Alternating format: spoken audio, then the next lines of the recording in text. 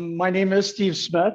I am a licensed therapist that's been in the business of mental health and substance abuse in that arena since 1990 is when I started. I was a young 30-year-old man aspiring to do something with my life. And since I got into recovery in 1987, after 3 years clean and sober, I decided I wanted to get off the ladders and quit pulling wire because I was doing electrical work and whatever I could do at that time in my early recovery. And I decided that the whole concept of I couldn't keep what I have unless I gave it away meant a lot more to me at that point in time. So I thought that I would embark on working with others. And so I chose working with adolescents. So I started in 1990 as a BHT.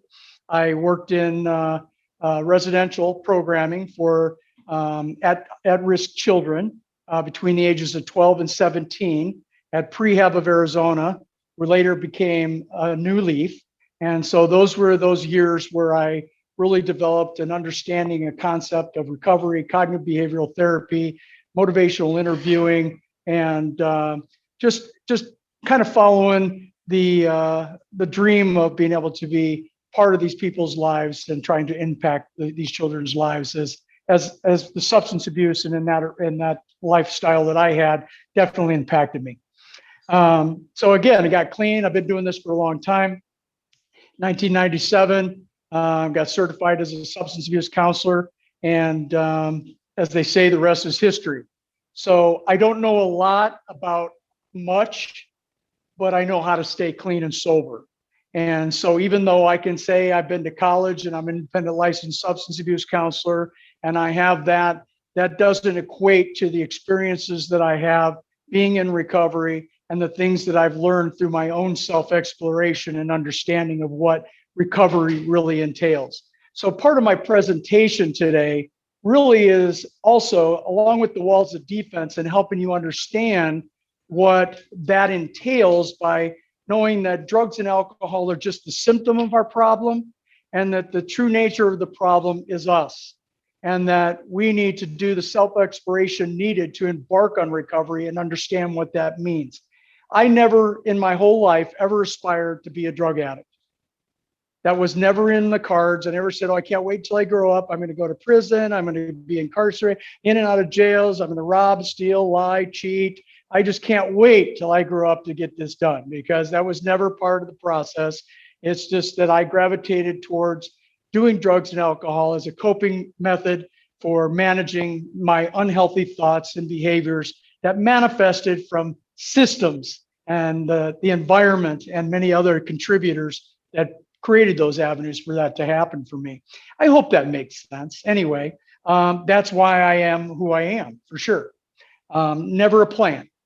However, I always tell people that I am grateful that I am a drug addict. People goes, well, how can you say that? Well, it's pretty simple. At least I know what my problem is. You see, I take the drugs and alcohol out of the equation, and all of a sudden I can aspire to do other things, and I become an active participant in the community and a support system for others.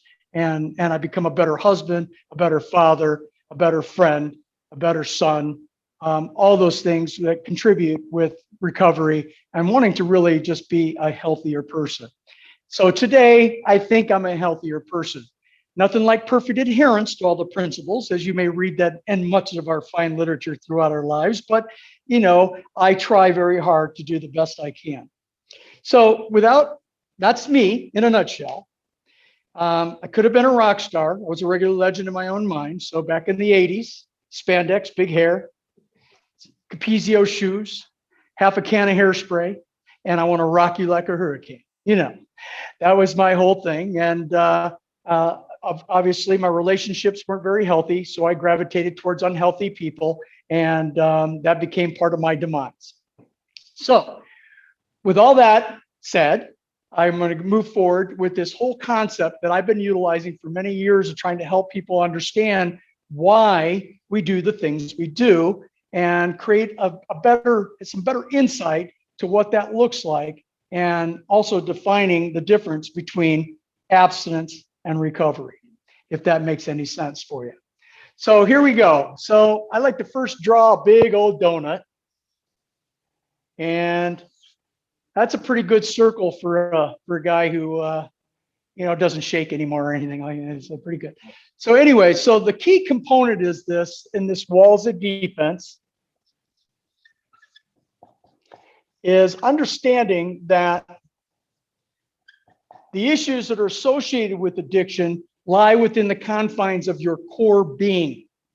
These are typically feelings like pain, like guilt, like hurt, like shame, like fear, just to put out a few. These are the feelings that are associated with your core, and they are also associated with every freaking experience you ever had. Funny thing about the human species is we are a collector of memories. And we photograph each other from the time we're little and we are children, and we do portraits, and all these memories of everything that we do becomes part of our historical moments of our life. And we capture them and we keep them. This is why it makes it hard, because they talk about all those aspects of having what they call euphoric recall, because they are associated to some of that is associated with your drinking or drugging, and may not have been a problem at the time, but you could always go back, oh yeah, we had a good time. We climbed the top of that mountain, and me and Billy Bob, we smoked a doobie up there. We just felt like we were on top of the world, right? And you can remember that and keep that in your foggy memory. And at some point in time, something can stimulate that whole thought process and push you right back into, yeah, I would like to relive that. You may not say it, but your thought process allows you to get there. These are from the core feelings and thoughts that are associated with those life experiences.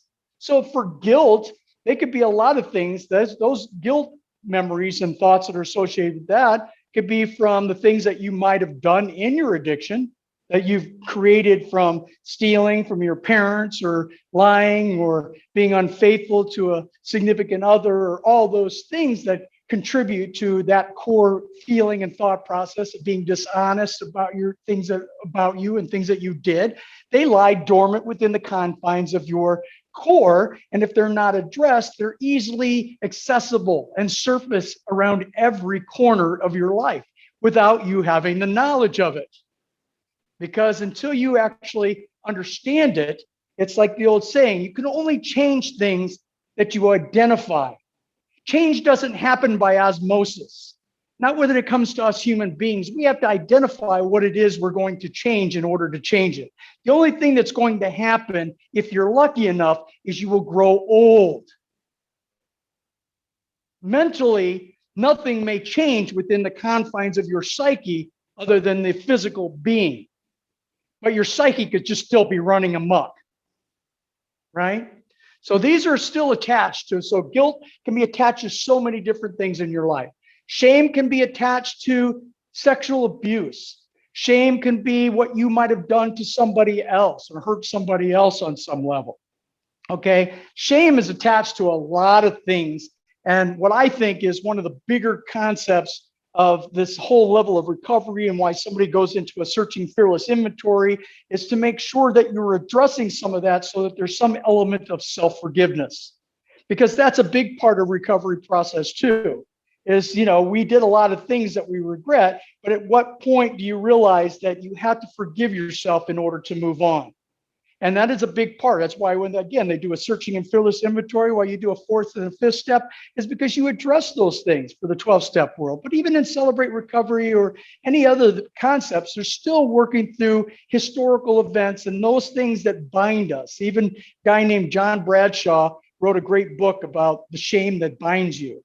And him and Terry Kellogg and bunch of people that were associated with those early stages of my recovery and my reading created those avenues of having some understanding of what those systems look like.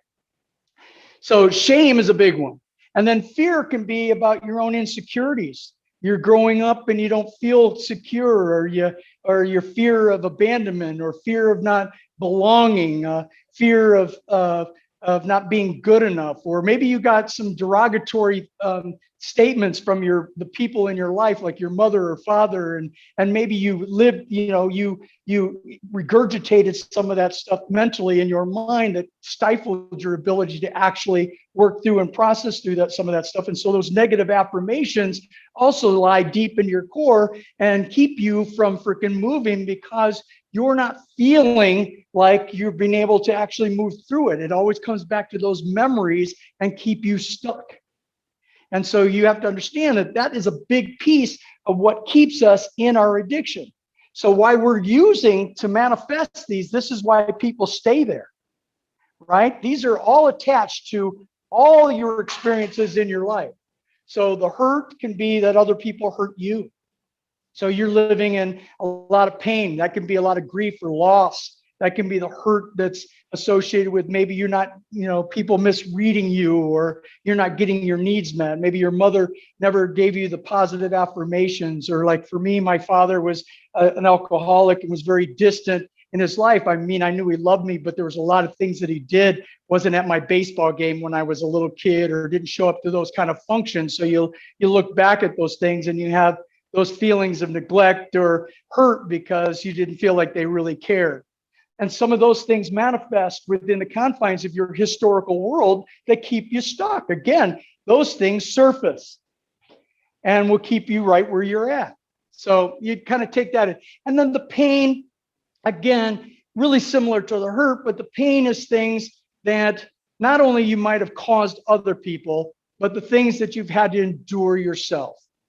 And most of that can be within the confines of anything that you did while in your active addiction, that manifests itself through your own self-loathing, your own freaking living in the world between your own two ears, not feeling like you've got somebody there in your life, feeling that pain that's associated with loneliness. And it's very, very obvious that when you're living in this part of your world and you don't know anything different, this is where people stay. This is why people that don't get through this element of understanding and clarity, then they don't get beyond to where they understand that these are the things that have to be addressed in order to move to that next level of self-forgiveness and embracing a life in recovery. Because that's what it's about. It's not where you've been, it's where you're going. They teach you that in most things. I mean, 12-step, obviously, but it's very important to understand that there's that element of self-forgiveness. So what keeps people, when you know that, what keeps people in these levels of pain and anger and sadness and all this stuff that's keeping them infested in their addiction? Why do they stay there? Well, they become very accustomed to medicating. On some level, most of us, when we talk about addiction, and for myself, obviously, drugs and alcohol had its place for me. Was it always bad? No. But I knew early in my life as a kid growing up that drinking a few beers and smoking some pot or doing some drugs was just kind of cleared the freaking hallway of all the garbage because I didn't have to live in there. So in the moment, it was able to medicate and keep me from having to live in the self-loathing and live in the fact that I felt neglected and that I was fearful and I was insecure and I didn't have all these things that I really wanted to do. And growing up anyway, anybody that did drugs as a kid or alcohol as a kid, we're already disrupting the stages of development. So your brain isn't even done growing in your skull. You're already accumulating all this garbage, and now you're taking it to a whole other level of coping. And obviously, we want to fit in, so it wouldn't have mattered who was there. If it was a guy who was gambling, you would have jumped on board. If it was gang affiliation, if it was the Bloods and the Crips and whatever, and you were getting your needs met, they like me. You'll join. That's where we all had that sense of needing to be a part of this belonging. And as a sense of that is all because of those core issues that have not been addressed. So you're going to have to find something somewhere that we can be accepted. Does that make sense? Because it's always made sense to me, because not only do I can sit here and regurgitate it, but I've lived it. So college couldn't even teach me that other than freaking understanding on a whole other level of why I am me, why I did the things that I did, the things that I do. And then I started feeling like, well, you know what? I'm not different. I'm just like you. When I started talking to you, I was like, oh God, we crawled right out of the same hole. Jesus. This is why I can go to a 12-step meeting, or I can go to any kind of support group and I can sit there and it's like, I belong. It's like, hey, I purse snatched. I get along with that. Okay, you purse snatched? I'm not thinking nothing about it. I've seen people get up and move over. It's like, but obviously they were probably just observing the group. They were probably an ASU student. I don't know. And then they saw it was like, oh, maybe he's gonna purse snatch. No, I've been clean a while. Don't worry, I'm purse snatched since I was 16. Whatever that is. But there's just these cumulative behaviors that are associated with those core feelings that are associated with all of your life's experiences. This is who we are. It's attached to a lot of different things, is my point. Does that make sense? Okay. So in the walls of defense, drug addicts and alcoholics always have a way to rationalize behavior. This is why the word denial, which I hate that freaking word. I've been saying it my whole life in recovery and in my clinical forum. I just hate it. Oh, it's a river in freaking Egypt. It's just like I don't like to use the words dysfunctional family. I like to clarify that for a moment because it's kind of important to understand. My family was not dysfunctional. They functioned all over the freaking place. Was it healthy? No, but we functioned. This means not. We did not function. We functioned. We are survivors. I'm here to tell you. Was it healthy? No. Are there unhealthy families? Yes. Do those have an impact on people's lives and behaviors and the outcome of their development and what becomes of us? Absolutely. We are products of it. Okay. So I like to just clarify that as I move into this next level of understanding. And we have these walls of defense, right? And I've stood here with the marker in my hand for so long that it's dried. So I'm going to another color. I'm going to drop things as we go. I will narrate every single thing I do. Life. Isn't it joyous? I love it. So I love teaching. I love trying to enlighten human beings because I happen to be one. Okay. So walls of defense. So obviously there's one thing that is obvious. We have this one feeling and this one defense that we are all accustomed to utilizing. And I see it even with my brothers and sisters that are in recovery, because we still utilize it and there's no reservations. And that is anger. Anger is a great mechanism for defense because anybody gets too close to here, it's really easy to tell somebody to F off. We know that routine. They get too close to it because you don't like it, you're uncomfortable. Anger is a one free emotion that creates a nice barrier because we can freaking get away from me or else. And so drug addicts and alcoholics have a tendency to demonstrate anger freely. Would you guys agree with that? I'm sure anybody could relate to the fact that anger is a good emotion for keeping people at bay. Unless they're angry too. Then we have altercations. And again, I would ask the question to most of my drug addicts and alcoholics. They're in my audience. I would say, gee, have you ever been in a fist fight? 9 out of 10 have. I rest my case. All right. So the other defense mechanism we have, and it depends on where we are, but charm becomes a very good mechanism for defense because we are manipulators. We also have a means for being able to soften the blow. Oh, honey, I love you. I would never do this. Sorry. I'm sorry I had an affair with, I didn't mean to. She just showed up. And it's like, and somehow we can talk our way back into things using the charming element of irrational thought process to justify our behavior. What a great defense mechanism. Does anybody relate to that one? Yeah. So to understand that, you have to really be honest with yourself. You have to reflect on the historical elements of your life and who you are and where this plays into, right? The other one that we have is rigidity. Let's see if I can spell it right. Nope, I didn't do that right. I at least got to spell it right. Let's try it one more time.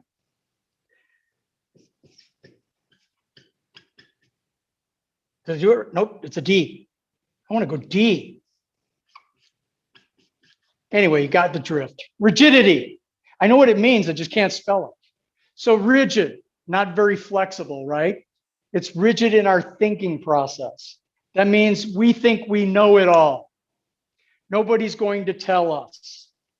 And boy, do I see that a lot in early people trying to get into this recovery. And I'm trying to stimulate some thought process with clients and help them understand that they've already got all the answers. Now, one of the things that I do in my groups when I'm facilitating clinical services, I tell my clients right now that the two words that you're not allowed to ever say in my group is, I know.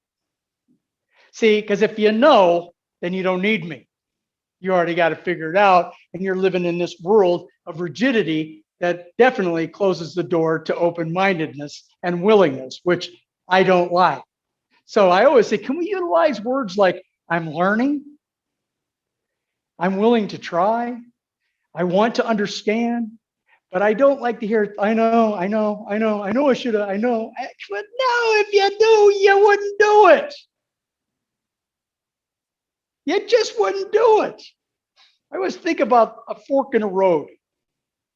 I see this fork in the road. A young addict comes to the fork in the road, and I always feel like I'm the guy that's standing there, brave knight, wanting to save the world, wanting to be there to save lives.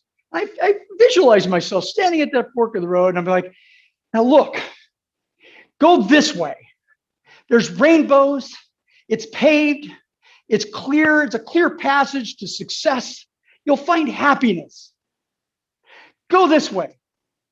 If you go this way, there's a big hole of caca. It's hard to get around. It's deep. It's infested with freaking all kinds of garbage. I watched many men and women get sucked into the vortex of nowhere land full of caca. Don't go that way. Go this way. And it never freaking ceases to amaze me that they go to the freaking road of caca. Well, you don't believe me? When I'm trying to tell you this stuff, I'm trying to tell you, it's like, come on. When I was at the fork of the road, I listened to the guy. I said, hey, go this way. Right. God, painful. Rigidity. We have to be open. We have to be flexible. Rigidity is a defense mechanism. It's one of those things that makes it really hard for anybody to get in to help you process through the historical garbage of your life to get you to the other side so that there's self-forgiveness, right? Here's the one I like.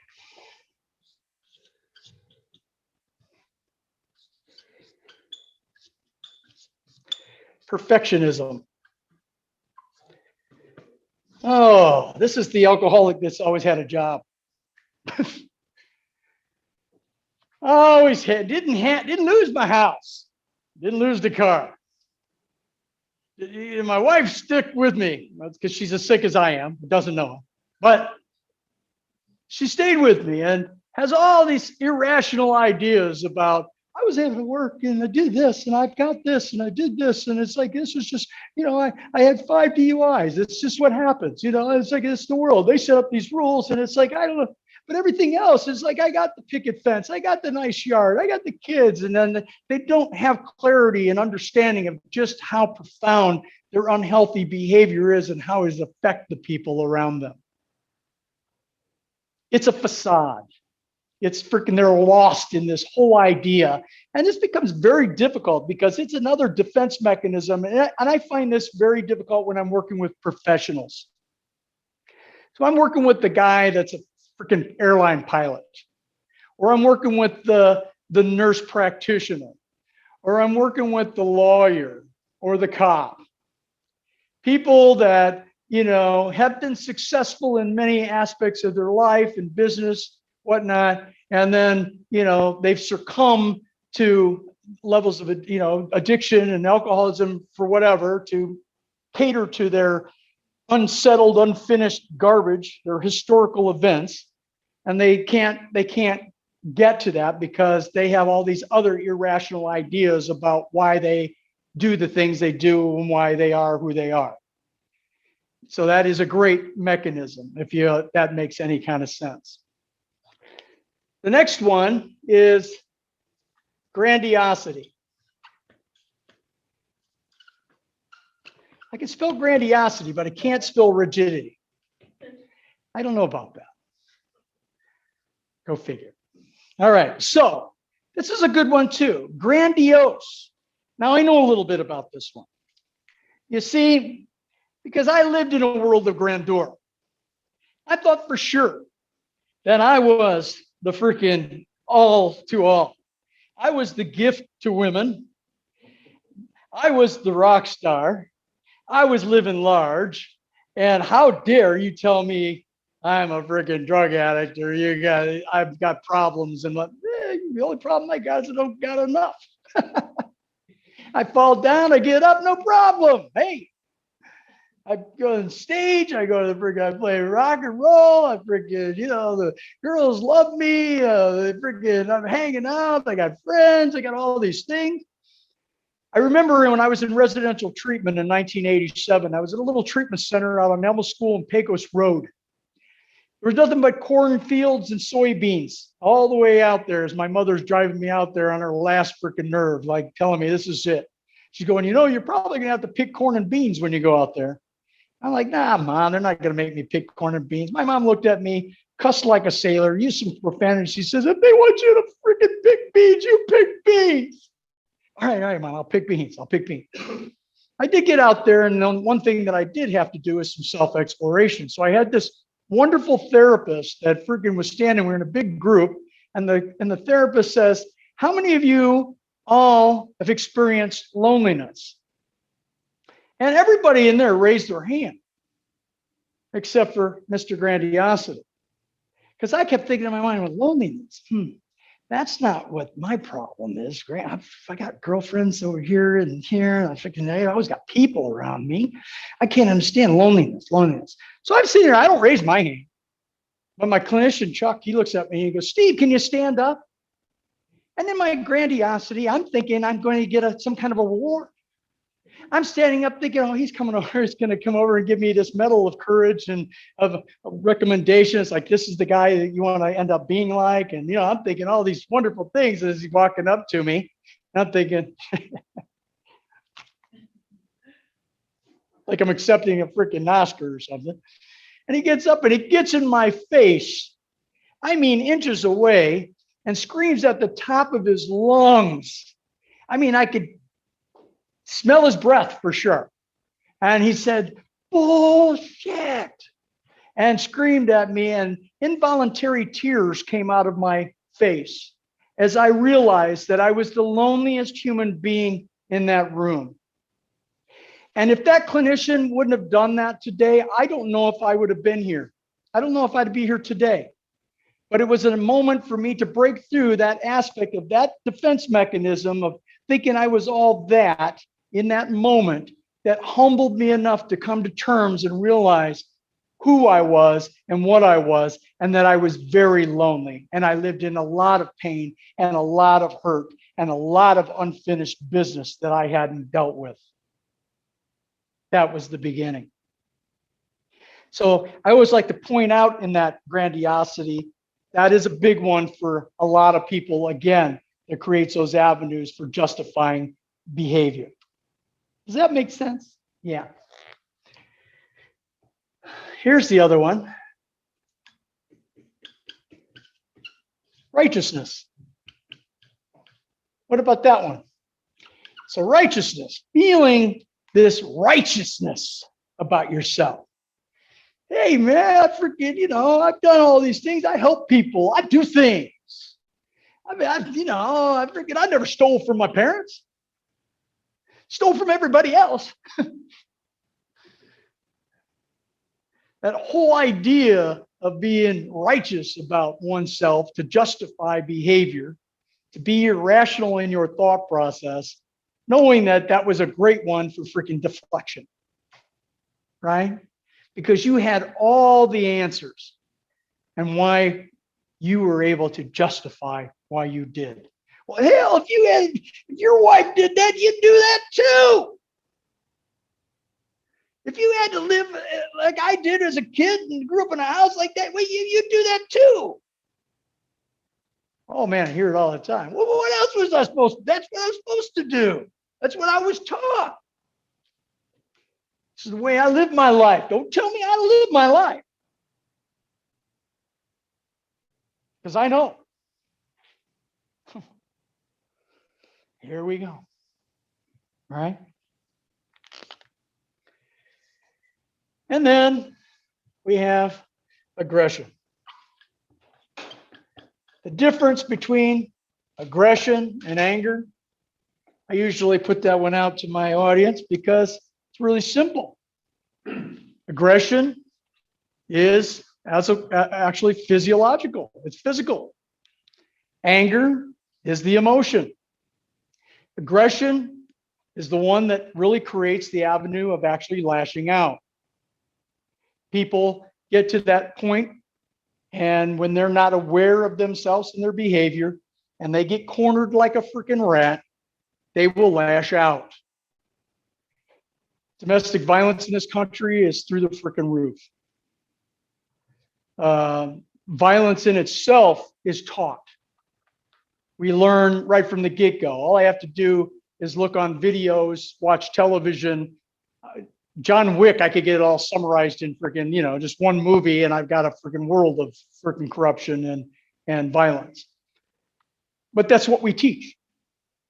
And it becomes very pertinent in our children's lives and how we think and how we do things to sometimes create irrational thoughts and ideas when one is not playing with a full deck or having some level of health issues, mental health issues, God forbid, substance abuse or anything else. One thing I always try to remind people, that drug addicts live in a world of desperation. And there's nobody more dangerous in this world than a drug addict in desperation. 82% of our prisons, and that's just mildly of things that you could probably just account for which is obvious percentages. 82% of people in penitentiaries in this country are drug and alcohol related crimes. We're under the influence, shot somebody, did something. It's all interrelated. But in the instance of having to go to that level, no matter what, as a defense mechanism on any level to cater to those core unfinished issues, there is a lot of stuff that's going on as far as what this all entails. It's very convoluted. It's hard to help people understand, but I always think that this piece, when I go through this, it helps people in a simplistic level understand just what that means, because recovery means that you're going to do the self-exploration. You're going to walk through those historical events associated with those core feelings. And once you get to that point, then you can resolve, you can go through, and there can be an element of self-forgiveness so that you can move on, so that you're not staying in the where you were. You're not staying in that same place emotionally, mentally, and spiritually. You have to be able to incorporate those things that create change. Like I said, change doesn't happen by osmosis. You have to change the way that you think. If I didn't change the way that I thought, then nothing would have changed. I would have been the same person. And I know this because in 1982, I was incarcerated. I went to prison.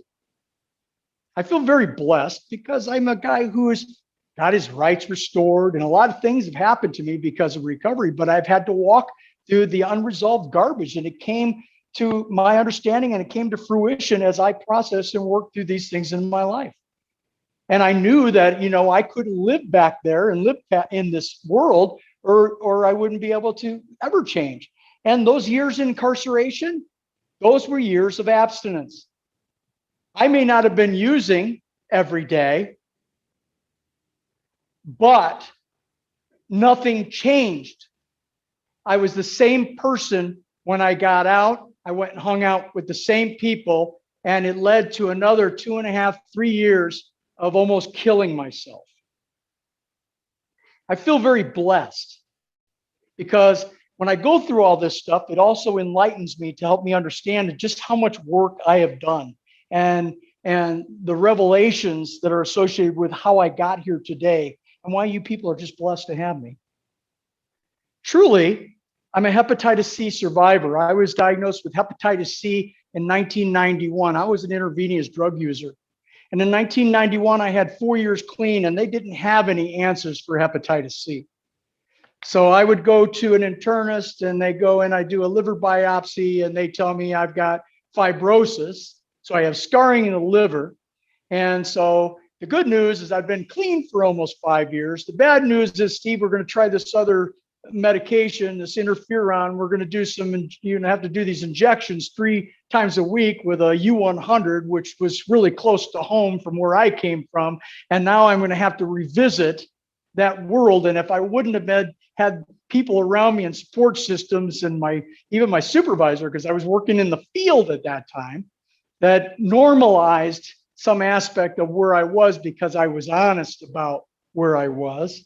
And what came about was I ended up doing treatment, and it didn't work. And so, but the key is that if I would have still been using, if I'd have never got into recovery, I'd been dead already a long time ago. So as the spiritual aspect of our program and the things that come to surface and what opens the doors for us to be able to enlighten or to create these ideas to stimulate thought process and wake people's minds up is through those life experiences. So they can't teach you that in college.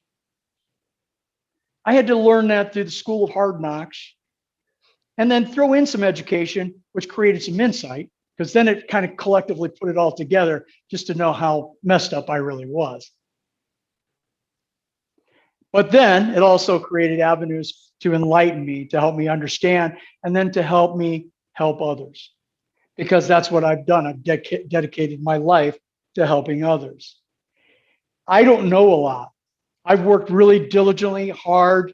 I have ADHD. I don't take medications for ADHD because I find myself a better multitasker without all that stuff. So I find ways to do things. I don't put any substances in my body that I don't have to. My mouthwash is definitely alcohol free. I don't care if you cooked it or not. It's not going in my body. I don't care unless I'm under and I'm getting, I don't know, a lower GI, I might want you to put me out, but that's it. It comes with age. I don't know. I'm a young 61. It seems like I've been on the earth for quite some time, but I do feel very blessed that I've had the insight. I've had the clarity and vision to understand what recovery does mean and what it does look like. I hope that this kind of opens the doors to help you understand exactly what I'm talking about, how it kind of pulls it all together, along with my own personal testimony, but along with understanding that these are the things that make drug addicts be drug addicts and do the things that they do. And it's because we have to break through as clinicians and people, sponsors and people. We've got to walk through this stuff in order to get past it so that it doesn't anchor us down to where we start to want to relive old patterns and behaviors. And there's a lot of things in the 12-step and Celebrate Recovery, Smart Recovery that create those avenues for that to happen. And that becomes a vital component to success. And I've seen it. So it's not just my success. I've seen it with lots of people and lots of people testimony. I'm not unique. I just know what my problem is. See? And then as long as I know what my problem is, I have the capacity to change. I've been very blessed. Today I sit in our new treatment center out in West Valley. We're out on 75th Avenue in Thomas. And I am the clinical director of outpatient services. I have opened up lots of treatment centers. I got, like I said, 30 years of clinical services. I am always learning. I find the value in any place I've ever worked is the people that surround me. The people that I work with and the people that are on the same page as I am create those avenues for success. And I can live with disagreement. I can live with any aspect of walking through processes to get to solution, but I don't want to stay in any problem. That's just not my motto. And I believe that I have a great clinical team and a great team across the board, from our Arizona City Residential Treatment Center to our outpatient services that I have in Gilbert, in our East Valley, and now our West Valley, and our virtual IOP, telehealth. We have services, and my team are some of the best in the business. I know because I've been hanging around with them for a while, and I get it, and they get it.